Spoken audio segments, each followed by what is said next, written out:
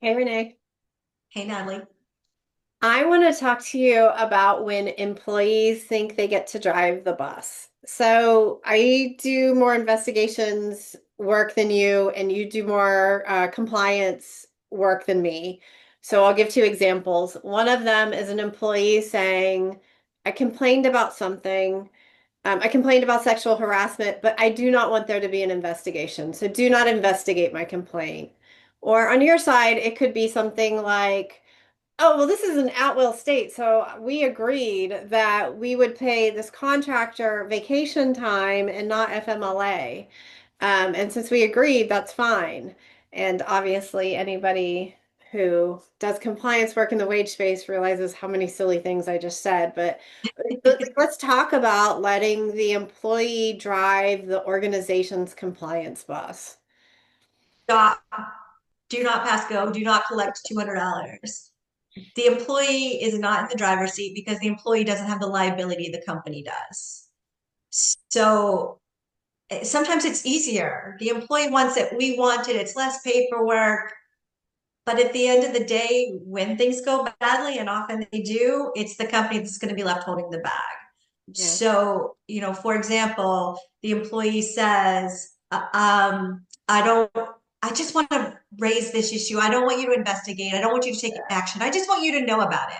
Yeah. No, you now have actual knowledge, not just constructive, but actual knowledge of a complaint. And you have a legal obligation under Title VII and state law potentially to investigate that claim.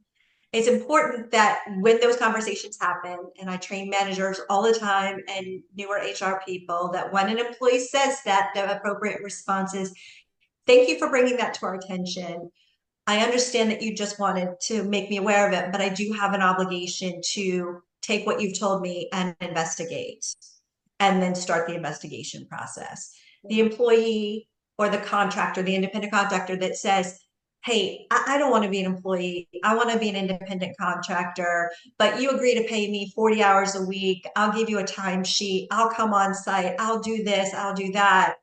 Yes, it would be easier to pay them as an independent contractor. There's no I-9, there's no W-4, there's no compliance for ERISA or other applicable employee laws.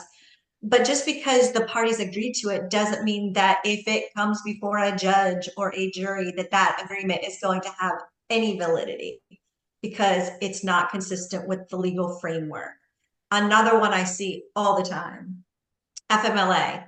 The employee has plenty of vacation time, and so they don't want to designate as FMLA. And yes, from an employment standpoint, it's much easier to just let them take their vacation time and be done with it. But that's not how the law works. FMLA requires an employer that has actual or constructive knowledge that the employee has a serious health condition to designate the time as FMLA. And while in the short term, it's easier to just let them take vacation, not worry about it.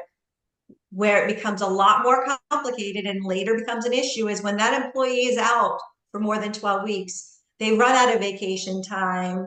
Now, because you didn't designate it as FMLA, they get another 12 weeks of FMLA protected leave. So, short terms, it might make sense.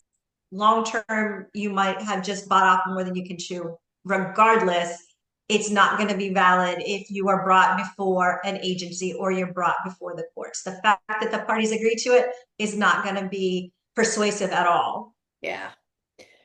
You know what I'm thinking about? There's all the sort of academic business organization research on do we have the right people on the bus? Are the people on the Oh, bus in the right seat?